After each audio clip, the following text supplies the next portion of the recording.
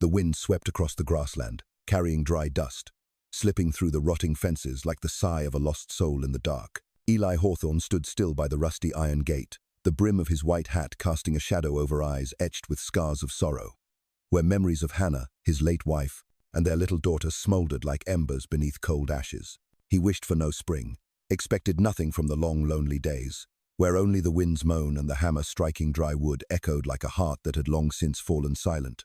Eli's life was made of quiet afternoons, where the barren fields stretched endlessly, starved of color, with only the pale sky drifting freely above, indifferent to the pain of the man below. But that day, a noisy wagon rumbled across the parched land, its wheels grinding the gravel, tearing through the silence of the desolate prairie. Rafe Dunham, the wealthy but narrow-hearted neighbor, sat atop the wagon, his crooked smile dripping with contempt. "We've brought you a gift, Eli," he said, his voice smooth but as cold as the night frost over the fields. He gestured toward a crumpled blanket in the wagon, where a fragile figure emerged. Lila Rose, a young girl, gaunt, her black hair slicked to her pale face with sweat, her motionless legs bound by worn leather straps. Her tattered shoes dangled like lifeless things, and she bowed her head, her empty eyes accustomed to the scornful gaze of the world. "She can't walk, can't talk," Rafe sneered, his voice thick with mockery. "But maybe she suits you, a widower haunting these fields like a ghost." "Oh." His companions burst out laughing, a sound that shrieked like a murder of crows over a dead field, echoing hollowly as if compassion had never lived in them. Eli did not move.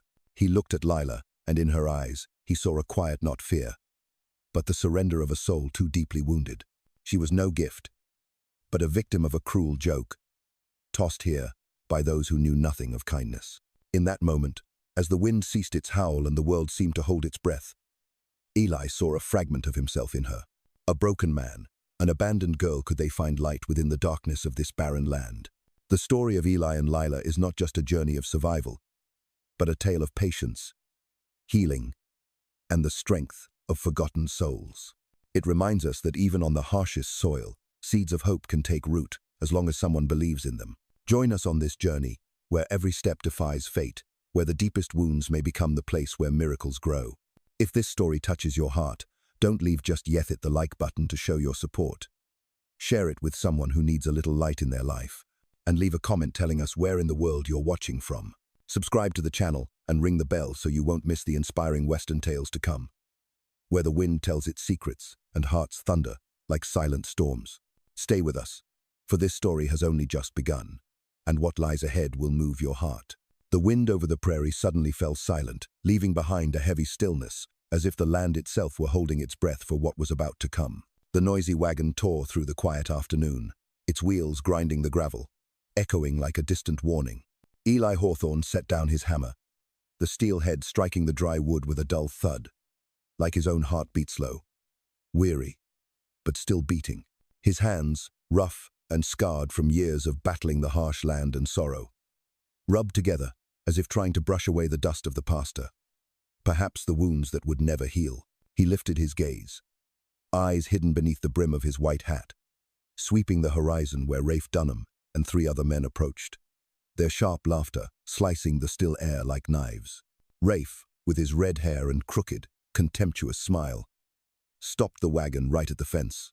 He sat there, his back straight, his voice smooth but cold, as if he were acting out a cruel play that only he found amusing.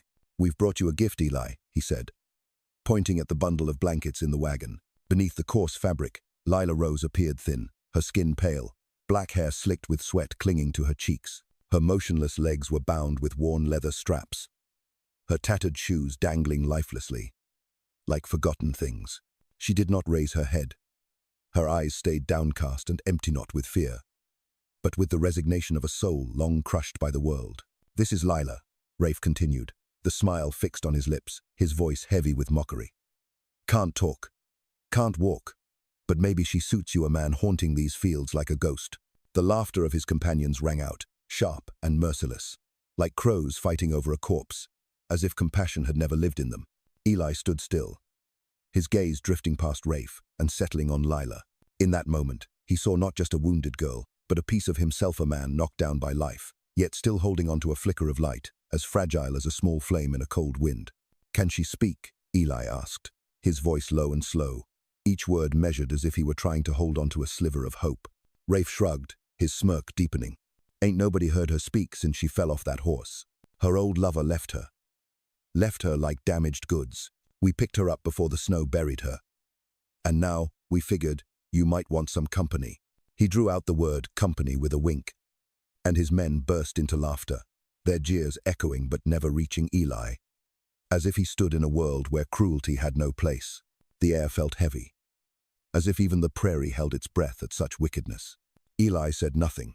He walked toward the wagon, his steps slow but steady, like a man used to facing storms far greater. He lifted Lila, as gently as one might lift a dry leaf blown from its branch in the cold wind.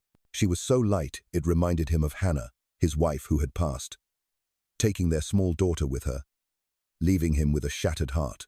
Lila didn't resist, didn't cry, only let herself be carried, her fragile body resting in his arms like something precious he was determined to protect.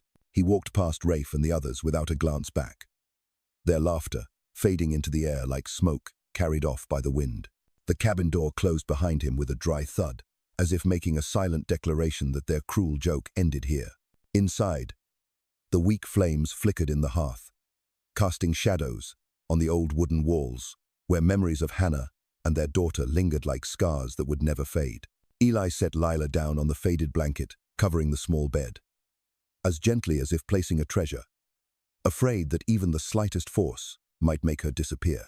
He took a cup of water from the wooden bucket, placed it beside her along with a piece of bread, then turned back to the fire, adding more wood to drive away the night's chill. "You're safe here," he said, his voice low and gentle, like a promise that needed no reply. Lila did not move, her eyes still downcast. But there was the smallest crack in the invisible wall she had built around herself, a fragile sign that she had heard, had felt that rare kindness. That night, Eli did not sleep. He sat by the fire, the flames carving deep lines of loss into his face. He thought of Hannah, of the days she sang on the porch, her voice like the morning sun warming the fields. He thought of their daughter, who once ran across the prairie with a bright smile, like sunshine in the summer. And he looked at Lila, wondering if she would ever find her voice again, or if the light in her eyes had been forever snuffed out. Outside, the prairie lay silent. But inside the cabin, a seed of hope had been planted, small but stubborn, waiting for the day it would break through the earth. Rumors spread as swiftly as the wind across the prairie, carrying with them the bitter whispers from the distant town. People murmured that Eli Hawthorne had grown soft, that he was wasting his time with Lila Rose, the ghost who could bear no children, a girl they claimed would never stand tall again. Rafe Dunham rode past the cabin, his contemptuous gaze falling on the small garden Lila had just planted, where the first buds struggled up from the barren soil. He didn't stop, but the curl of his lip seemed to say that everything Eli and Lila built was just another joke waiting to fall apart. But the real test came on a quiet morning, when a stranger appeared on the horizon, riding slowly, as if the whole world had to wait for him. Victor Crane, tall and dressed in fine clothes with a coat glinting silver buttons, dismounted before the cabin. He introduced himself as Lila's former fiancé, his voice sweet as honey but sharp as a blade, hidden in velvet. "She belongs to me," he said, his pale eyes sweeping over Lila as she sat on the porch, her hand gripping a wooden cane. Lila lifted her head, her gaze no longer empty as on that first day, but burning with a flame of defiance. "You left me when I was bleeding," she replied, her voice not loud but cutting, like a blade catching the sun.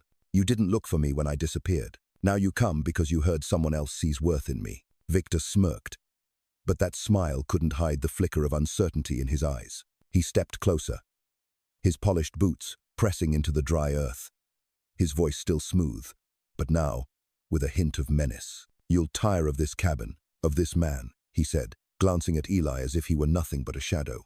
Eli stepped forward, standing between Lila and Victor, his voice low and steady, like a hammer striking wood. "She decides what she tires of." Lila slowly rose, leaning on her cane, each step trembling but steady, like a young tree pushing through a storm. She looked Victor straight in the eye, her gaze unflinching. "Go back," she said, her voice clear as a bell across the prairie. "Tell your father I died again, if it saves your name. But this time, let it be true." The air grew heavy, as if the wind itself had paused to witness the declaration. Victor stood still, the smile fading from his lips, leaving only a cold stare warning that he wasn't done. He turned back to his horse without another word and rode off, dust rising behind him, like a wound he wouldn't admit. Eli and Lila sat again on the porch, pale sunlight spreading across the prairie where Lila's small garden kept pushing up through the soil. "Was I too sharp?" Lila asked, her voice a little shaky, as if she'd crossed a line she'd never dared before. Eli looked at her, his eyes gentle but firm. "You were sharp enough," he said. And in that moment they both knew they weren't just standing against Victor, they were standing against a world full of judgment. In the days that followed, the whispers from town grew louder. People said Lila was a ghost pretending to be alive, that Eli had lost his mind keeping her there. Some looked at her garden, the tiny flowers blooming in the dry earth, and shook their heads, as if life itself was something impossible. But inside the cabin, Eli and Lila let none of it touch them. They kept on with small things. Lila sketched another picture of the prairie in the rain. Eli repaired the roof to shield them better. Every act was a quiet declaration that they were building a world of their own, where judgment had no place. One evening, as the firelight danced, Lila looked at Eli and asked, "Do you think we can outlast the whispers?" Eli gazed into the flames, the light reflecting in his eyes, where memories of Hannah and their little girl still quietly burn. "We don't need to outlast them," he said. "We just need to live." Lila nodded, her hand tightening around the cannonot to hold herself up, but as a reminder of the strength she had reclaimed. Outside, the prairie remained harsh, the wind still blew. But in the cabin, a new fire burned not to destroy, but to warm, to light the way for the days ahead. After the confrontation with Victor Crane, an invisible thread drew Eli Hawthorne and Lila Rose closer, like two young trees intertwining their roots beneath the barren soil to stand together against the prairie winds. The cabin was no longer just a shelterette, became a small world where their scars were slowly warmed by the fire's glow. Lila drew more and more, pictures that no longer simply captured the endless prairie or the old mule in the sun, but also the dreams she once thought had vanished. A drawing of a girl seated in an armchair, her eyes bright, defying the world. Another showed a man mending a fence, his scarred hands seeming to stitch together his own heart. Eli looked at these drawings, his heart stirring not from old pain, but from a sense of life returning, as if color had come back after years of absence. Eli, too, rediscovered a part of himself. He began carving wood again. For the first time since Hannah died, his scarred hands clumsy as they held the knife, each trembling stroke finding its way into the wood.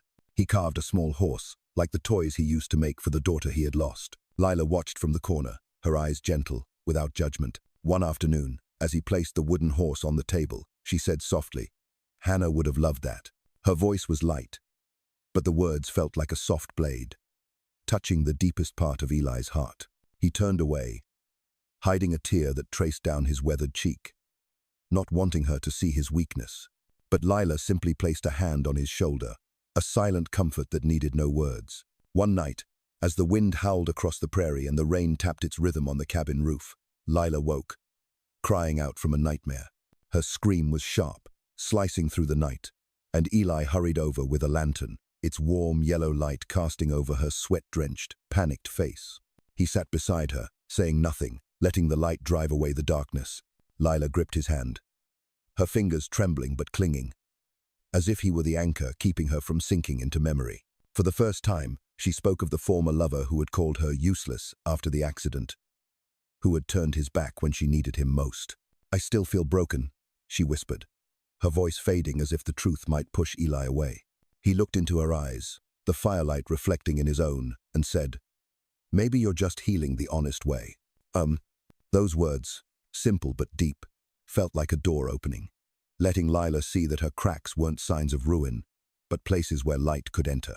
They began to build a new life, small step by small step, like the flower sprouts Lila planted along the fence, tiny, but fierce, ready to face the hard soil and cold wind. She watered them each morning, leaning on her cane, her steps shaky but unfallen. Eli watched, his heart full of respect, and one day he brought wood from the barn and built a second chair for the porch. He said nothing as he placed it beside Lila's, but the act spoke louder than words, not out of pity, but because he wanted to sit beside her, to face the prairie winds together, to share the sunsets that bathed the fields in gold. Lila looked at the chair, her eyes shining, and she sat down, her hand softly brushing the wood as if feeling the warmth of Eli's heart in it. In the evenings, they sat by the fire, the flames dancing on the walls, telling stories without words. Lila drew, Eli carved, and the cabin filled with the breath of life.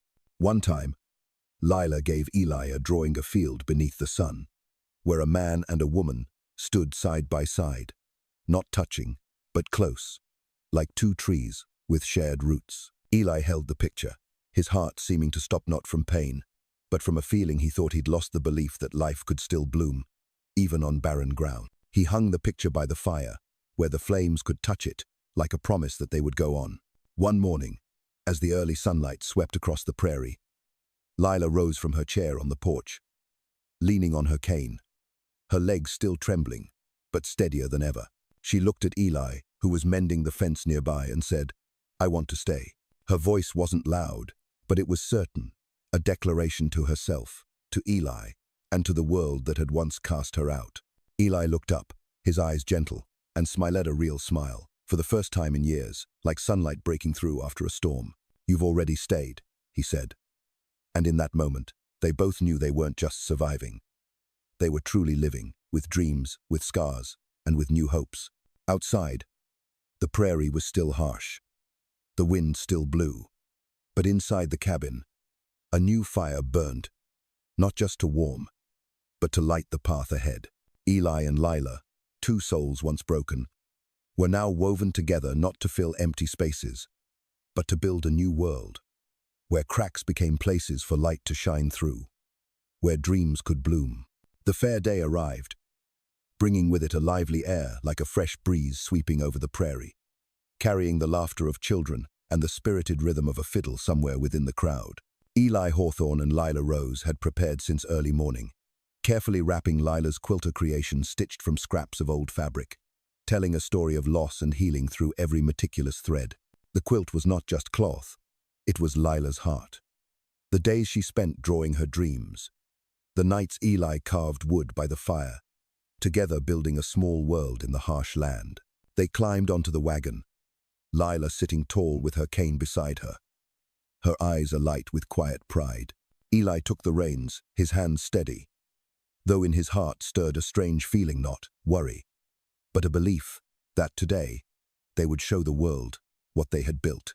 The town came into view, rooftops rising like ships on a sea of grass. The exhibition tents were packed with people, whispers spreading as Eli and Lila entered.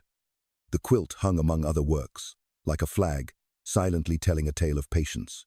The crowd watched, some with curiosity, others shaking their heads, whispering the cruel words that had echoed across the prairie that Lila was a ghost, that Eli had lost his mind keeping her with him. But Lila did not lower her gaze. Her eyes scanned the faces, not with fear, but with the confidence of someone who had found herself again. Rafe Dunham appeared among the crowd, his stride easy but his gaze as cold as ever. He stood before the quilt, his crooked smile never leaving his face. "Still managing to walk, miracle girl," he said, his voice dripping with mockery, as if trying to drag Lila back to the day she'd been thrown at Eli's cabin as a cruel joke. Lila met his eyes, unwavering, like a flame burning bright against the wind. "You once thought I was a sack of potatoes, a joke," she replied, her voice calm but sharp, each word cutting through his contempt like a blade. "I forgive you not because you deserve it, but because I need to move on." Rafe froze, his smile fading as if, for the first time, words had shaken him. He opened his mouth but found no words, turning instead, his steps heavy on the dirt, his laughter now only a memory. The afternoon passed, the air in the tent growing tenser as the judges began to announce the awards. Eli and Lila stood at the edge of the crowd, expecting nothing, only wanting to see their quilt noticed. A bell rang out, and an elderly man with a silver beard, his pace slow but dignified, stepped onto the platform.